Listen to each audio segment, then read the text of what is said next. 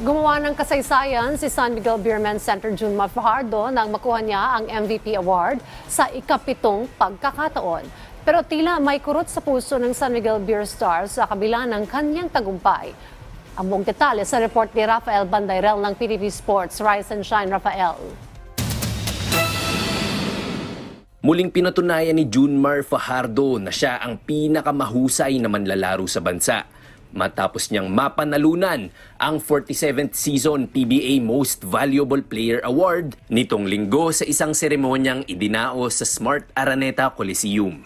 Aminado si Fajardo na hindi siya makapaniwala sa nakamit niya dahil napakahirap umano ng pinagdaanan niyang recovery mula sa injury noong nakaraang taon. Hindi ko talaga ni-expect na makakuha ko ng isang MVP kasi nung na-injured ako.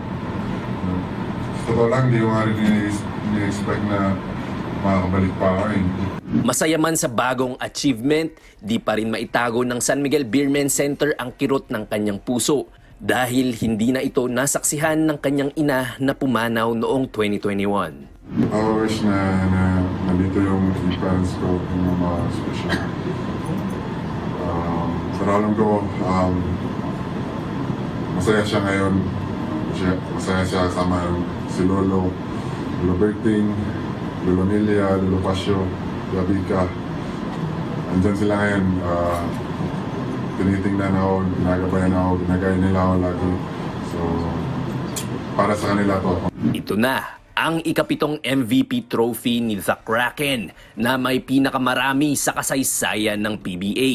Sumunod sa kanya sa listahan sina PBA legends Ramon Fernandez at Alvin Patrimonio na may tig-4.